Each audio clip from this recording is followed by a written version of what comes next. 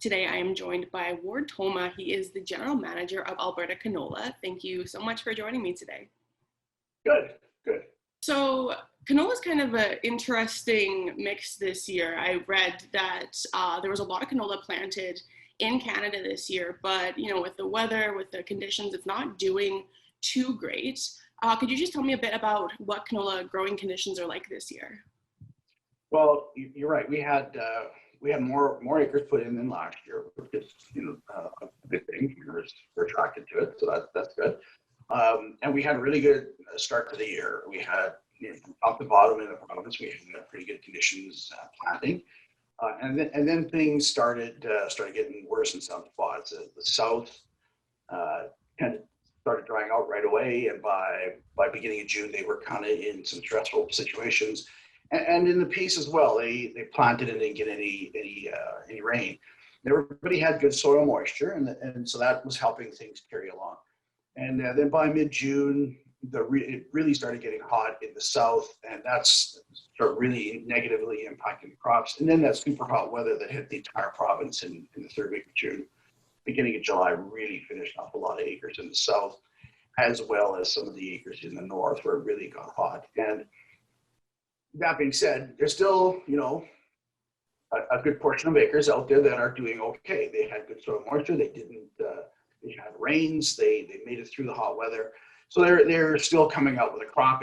Might not be the best crop they ever had, but and it might not even be average, but it's not a big write-off right now. And yeah, as you said, Canada has planted a lot of canola this year. Alberta and Saskatchewan specifically have really increased the amount of canola seed that's in the ground. It looks good on paper. What are the conditions like out there, though? Well, we should be able to meet commitments, but it's still kind of early. I think looking at the Alberta government's agriculture and forestry ministry's crop condition report, about a third of the growing region in the province is in very poor condition. A third is in average or fair condition, and a third is about in good condition. So, that speaks to an average crop yet, but it means that there's going to be a few farmers that are going to be in some pretty tight straits and pretty tight spots come fall.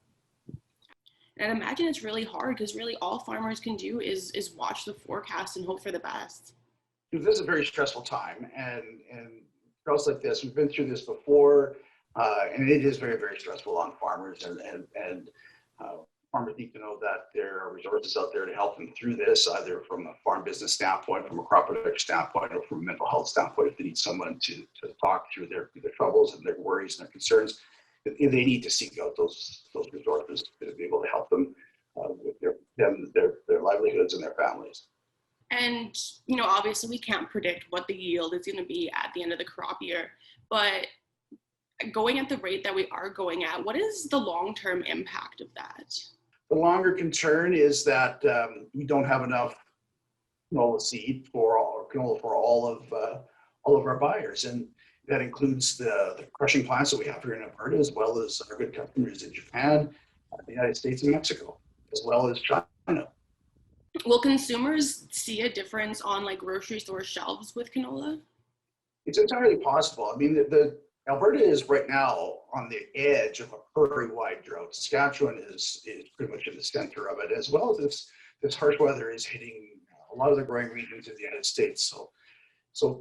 And there has been a huge jump in the past while on global demand for vegetable oils. So the price of vegetable oil to food manufacturers and the food industry, the restaurants and fast food organizations, has gone up as well.